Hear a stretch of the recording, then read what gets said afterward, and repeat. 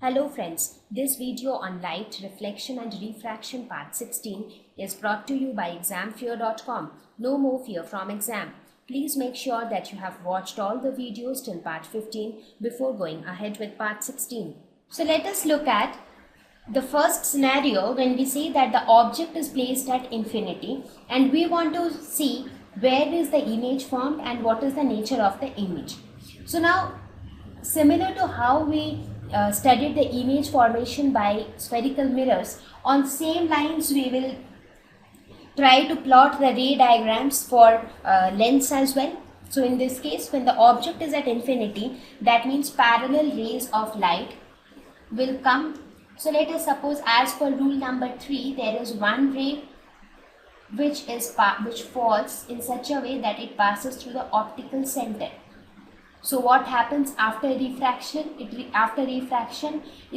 goes undeviated. There is no deviation, right?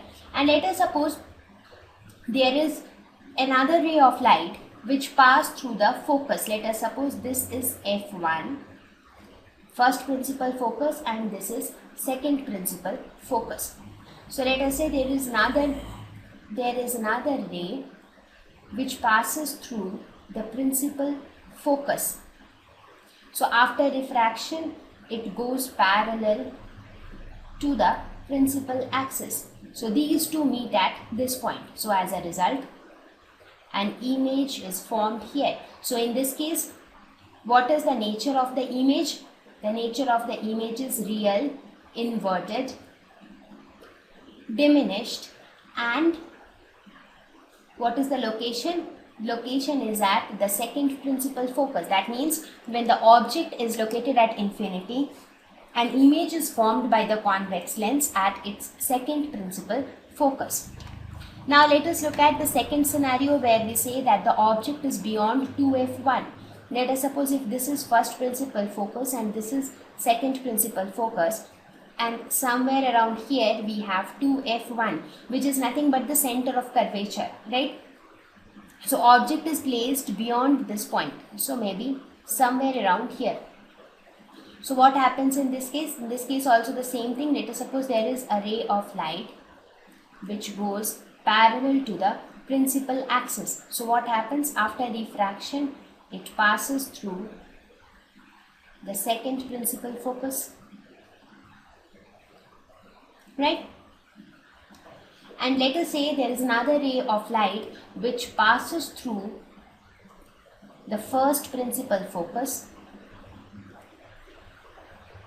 like this, and after refraction it goes parallel to the principal axis. Let me extend the principal axis.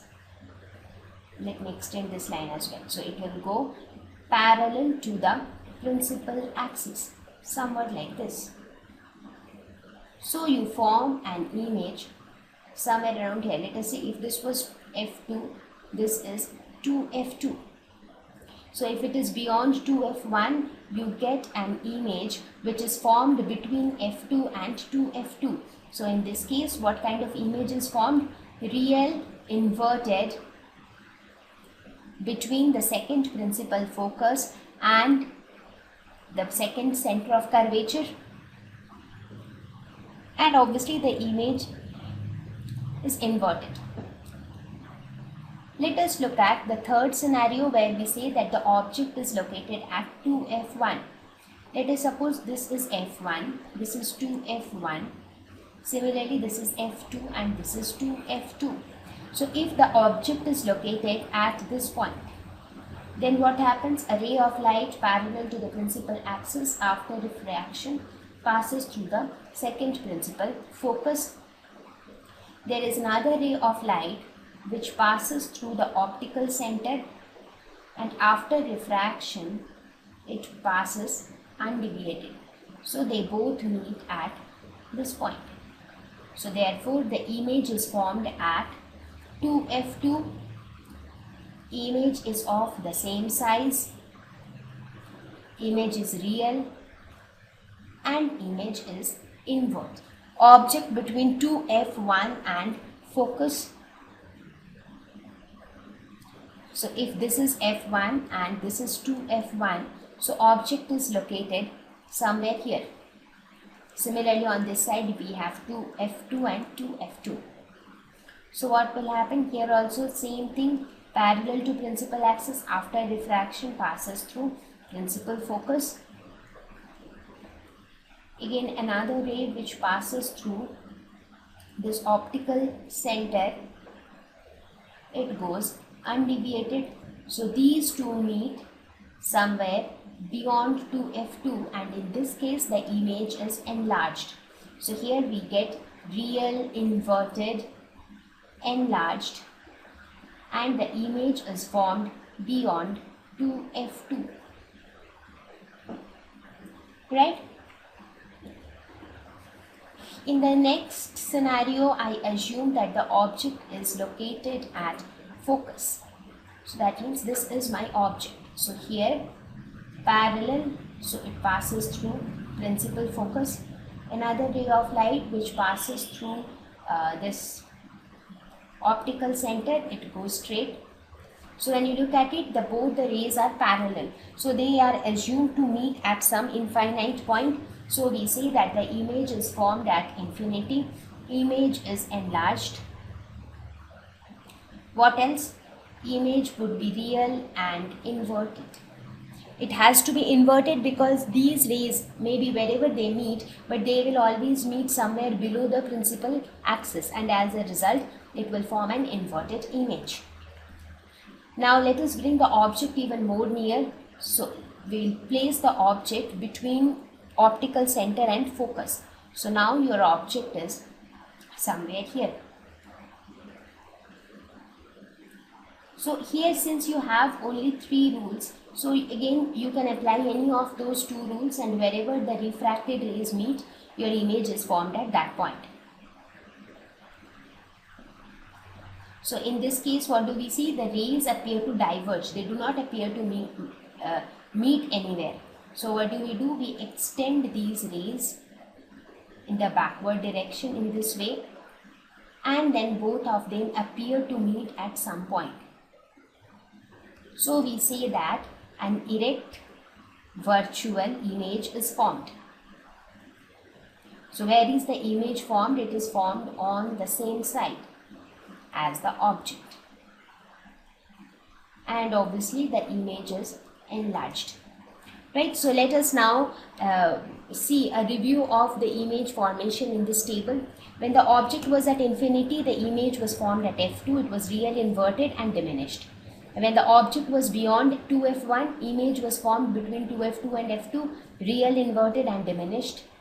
When the object was at 2f1, image was formed at 2f2, real, inverted, same size.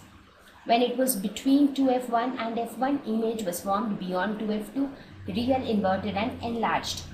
At focus, image formed at infinity, real, inverted, and enlarged. Between focus and optical center, image was formed on the same side as object, virtual, erect, and enlarged. So as we see that as we bring the object closer to the lens, the image moves away from the lens, and also the size of the image, as the object is brought nearer, the size of the image gradually increases.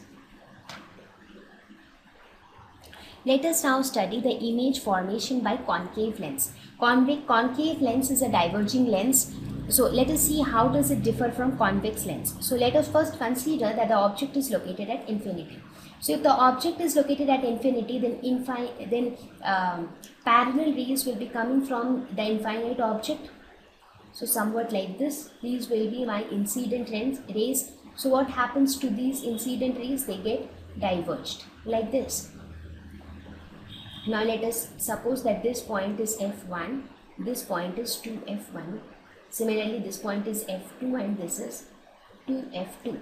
So what happens when we try to extrapolate these refracted rays in the backward direction? We see that they meet at this point. So we say that an image is formed at f1. So in this case, image is formed at f1. What kind of image will be formed? It would be nothing but virtual, erect, and diminished, because it is a virtual image, and any virtual image is always erect, and this has to be smaller in size. So this is the nature of image formed when the object is at infinity. Now let us suppose that the object is placed anywhere between infinity and the optical center. So let us suppose the object is placed anywhere at this point. And let us suppose this is f1 and this is f2. Now what happens to this object? There is one ray which goes parallel to the principal axis. After refraction it diverges or it passes through the principal focus, somewhat like this. There is another ray which passes through the optical center and goes undeviated. So that means this is the point where the refracted rays meet. So this is my image, right? So what kind of image is formed here? In this case also image is virtual, erect and diminished. And here the image is formed between f1 and optical center. So that means for any position between infinity and optical center, the nature of the image formed in case of a concave lens is the same. And that is why we have not considered all different positions separately, because everywhere you will get the same characteristics for the image, that is virtual, erect and diminished.